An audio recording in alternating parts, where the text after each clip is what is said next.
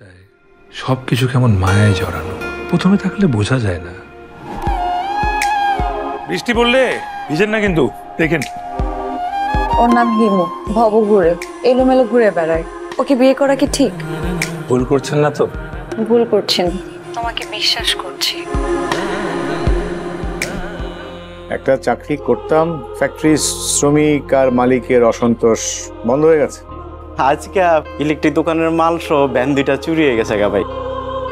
ইদানিং মনে হচ্ছে লাবণ্য সামনের বাসার ছেলেটার দিকে একটু বেশি ঝুঁকে পড়েছে। আশেপাশের লোকজন দেখলে কি না কি বলবে।